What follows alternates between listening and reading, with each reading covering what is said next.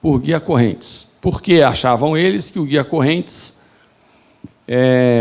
por transformar a praia de uma praia só em duas praias, segmentando a praia, isso causaria uma transformação muito, muito forte da paisagem.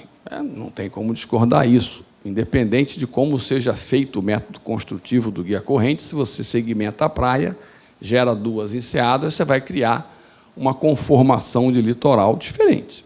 É inegável. Né? Aí eu falei, olha, eu tenho aqui essa alternativa dos guia-correntes, do tubulão. Ah, isso aí foi estudado? Eu falei, não, isso aqui foi só um relatório conceitual escrito para a prefeitura em 2001. Eu falei assim, mas isso aí é possível estudar? Eu falei, é possível estudar. Então, fui contratado, a Coptec foi contratada, a COP, né, para fazer um estudo hidráulico da opção através de tubulões. Se isso era viável, não era viável, etc. E só foi esse o trabalho que eu fiz. Né? Bom, esse trabalho, então, dos tubulões, ele entra numa questão, vou voltar aqui para o início. Aqui no início tem uma questão importante, que é essa aqui, ó. Por que ligar sobre a necessidade da ligação da lagoa com o mar? Existe essa necessidade? Por que ligar a lagoa com o mar? Será que não se pode deixar do jeito que está e simplesmente fazer uma melhor gestão ambiental no entorno da lagoa e assim a lagoa recupera a sua saúde? A resposta é não. Não tem jeito. Não tem jeito pelo seguinte, a lagoa ela tem um mega estoque de nutrientes, tanto dissolvido na água, quanto na lama fluida, que está ali ainda em atividade, que quando acontece alguma ventania, toda essa lama fluida é restituída à coluna d'água e dissolve seus nutrientes. E ainda tem uma quantidade absurda de nutrientes que já saiu do estoque ativo, que é a lama consolidada. Essa aí não faz parte da dinâmica. Mas se eu tenho um sistema com um mega estoque, a única maneira de diminuir o estoque é sacar mais do que eu deposito. O que eu posso fazer de atividade na orla é minimizar o depósito. Eu não aumento o saque. Não há como fazer isso. Então, se o estoque de nutrientes é absurdo, fazendo com que a lagoa seja uma verdadeira sopa de algas, que estão ali proliferando, nascendo, tendo florações excessivas, a água chega a ficar com a tonalidade da alga predominante, às vezes acinzentada, avermelhada, esverdeada, etc. Isso aí morre e vai para o fundo. Então, você tem um ciclo de absorção de nutrientes, o nutriente dissolvido vira nutriente orgânico, aí o orgânico morre, que é o fitoplâncton, ele vai para o fundo, decompõe-se e disponibiliza de novo o nutriente, e você fica nesse ciclo fechado, em que o estoque não acaba, ele só recicla. A única forma de diminuir o estoque é gastar mais do que deposita. Se eu estou com muito dinheiro na minha conta, eu quero ficar pobre, eu tenho que gastar mais do que eu deposito. Se eu parar de depositar e não gastar, o dinheiro não acaba. Então, a necessidade de você ter uma ligação com o mar é de você criar um mecanismo de saque. É o único mecanismo de saque viável. Por quê? O mar tem estoque de nutriente muito baixo, a lagoa um estoque de nutriente muito alto. Se eu tenho um sistema que a cada ciclo de maré entra uma quantidade razoável de água do mar com baixíssimo nível de nutrientes comparativo à lagoa, essa água entra, se mistura. A água que sai, ela está saindo com muito mais nutrientes do que a água que entrou. Quer dizer, eu vou ter um balanço de volumes. O volume que vai sair, o volume que vai entrar, mais ou menos se equilibra. Só que o volume que entra, baixo nutriente, o volume que sai com alto nutriente. Então, nos primeiros dias, semanas, primeiro mês, eu vou ter uma entrada de nutrientes muito baixa e uma saída de nutrientes muito alta. Dessa maneira, eu vou retirar o estoque de nutrientes da lagoa. E esse mecanismo sendo continuado, você mantém a capacidade de saque de nutrientes. Por quê? Embora nós tenhamos diminuído, nós que eu digo a sociedade, através do poder público, né, tenha diminuído drasticamente o aporte de nutrientes de origem antrópica para a lagoa, os esgotos, etc., nós não conseguimos reduzir o aporte de nutrientes natural, que é muito mais significativo que o aporte de nutrientes antrópico. Quando ocorrem grandes chuvas, não precisa ser nenhuma mega chuva, chuvas relativamente fortes a moderadas, a lagoa é um anfiteatro de montanhas com encostas muito íngremes, bem florestadas. O chão das florestas ele é cheio de nutrientes, de matéria orgânica em decomposição, de sais minerais, todo tipo de coisas que são carreadas e arrastadas pelas águas das chuvas. E vão parar onde? Na lagoa. A lagoa é o fundo da bacia hidrográfica. Ela recebe tudo isso, não há como controlar isso. Então, esse depositante principal, que são as grandes chuvas da natureza, elas estão fora do nosso controle. E vai sempre depositar uma quantidade absurda de matéria orgânica e nutrientes. E eu tenho que manter a capacidade de saque. Então, a ideia de você fazer a ligação permanente da lagoa com o mar é permitir que haja essa troca dinâmica contínua que vai permitir à lagoa exportar os seus excessos. Quando forem excessos de volume de água pelas grandes chuvas, ao invés da lagoa transbordar, o excesso de água vai para o mar. Quando for excesso de nutrientes, ele vai equilibrar com o mar. No fim das contas, evidentemente, o nível de nutrientes da lagoa vai ficar mais alto que o do mar sempre, mas vai ficar um pouco mais alto, não 100 vezes mais alto, como é hoje, né? Então, a necessidade da ligação é essa. Não vejo outra alternativa para você criar um mecanismo de saque efetivo que não seja esse. Uma preocupação que sempre vem quando se fala essas coisas de ligação da lagoa com o mar é, puxa, mas isso vai salinizar a lagoa. Bom, vai restituir a lagoa à sua condição natural.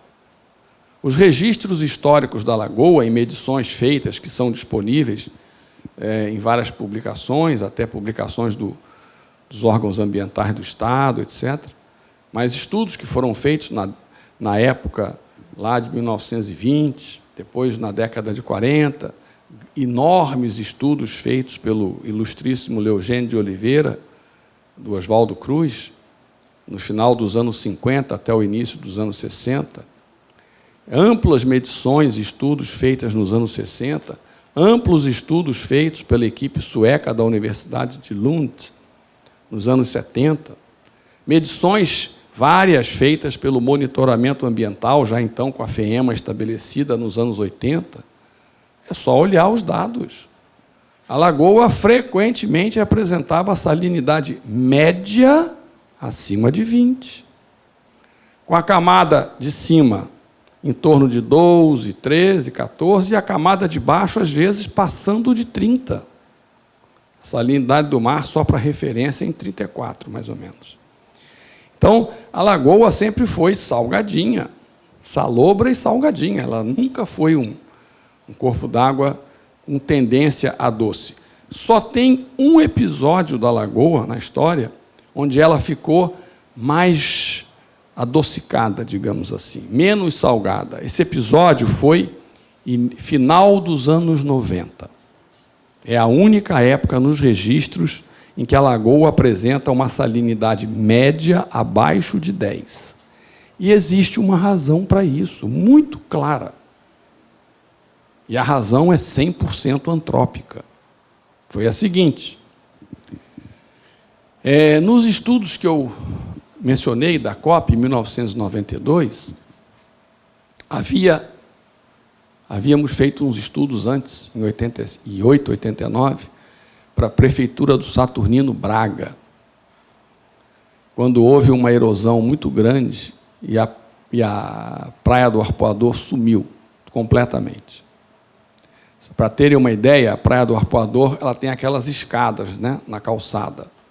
Aquilo ali é uma série de degraus, terminam os degraus num bloco de concreto que coroa um estaqueamento prancha de concreto ao longo de toda a orla. E por trás desse estaqueamento, por trás dessa escadaria, embaixo da calçada, era a duna que existia ali.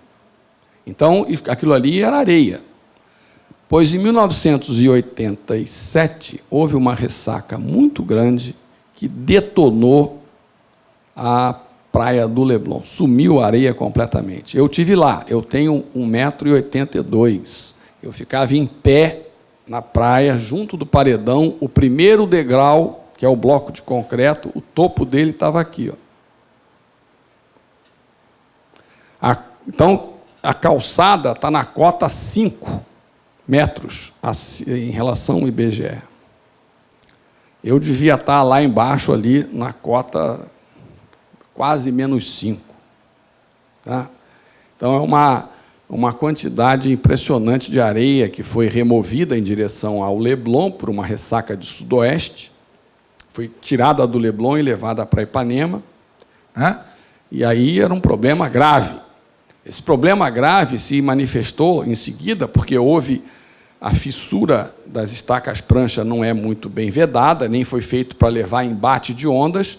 O embate de ondas no vai e vem das ondas foi minando a areia e abriu-se uma enorme cratera do tamanho de um ônibus em frente ao Hotel Marina, no Leblon. Não sei se isso está nos jornais. Tá certo?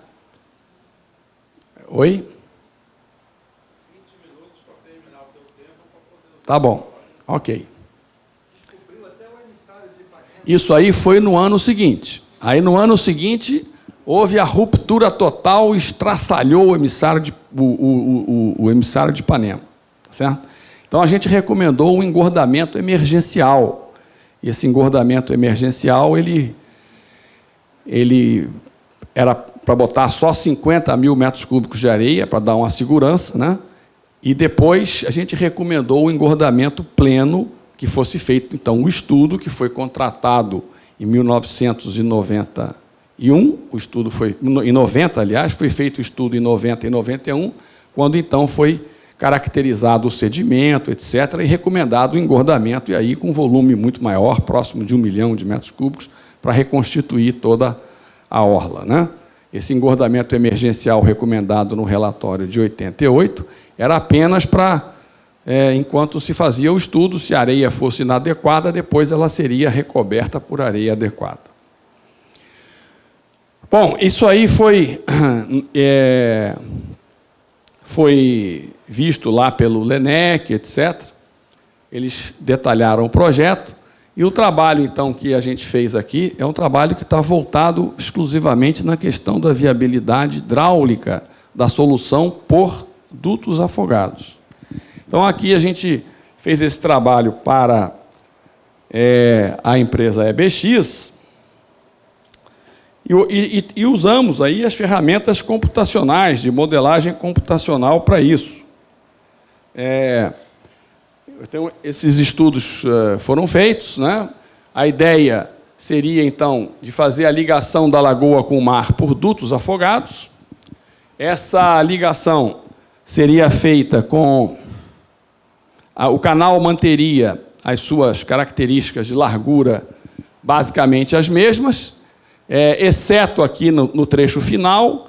Quer dizer, a ideia era de se usar dutos com diâmetro...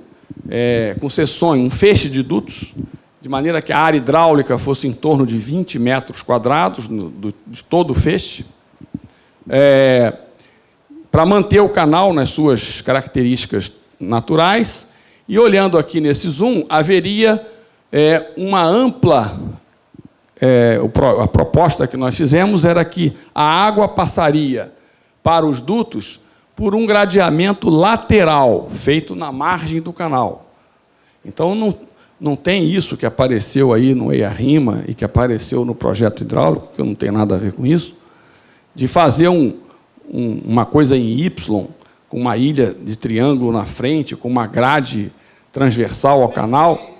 Isso aí não fui eu que propus, não é acho uma coisa inadequada, porque eu chamei a atenção no meu relatório para o fato de que o correto seria fazer as câmaras que ficariam subterrâneas, ninguém veria, as câmaras dos dutos, os dutos passam por baixo da avenida, por baixo da praia, por baixo da areia e desembocam em forma de cachimbo a cerca de 10 metros de profundidade.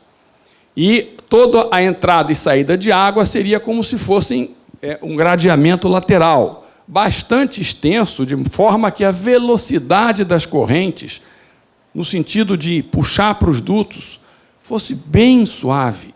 Porque, obviamente, vai haver crianças e pessoas nadando aqui, que a água vai ficar limpa, se fizerem isso. E não teria possibilidade nenhuma de uma pessoa ficar presa na grade.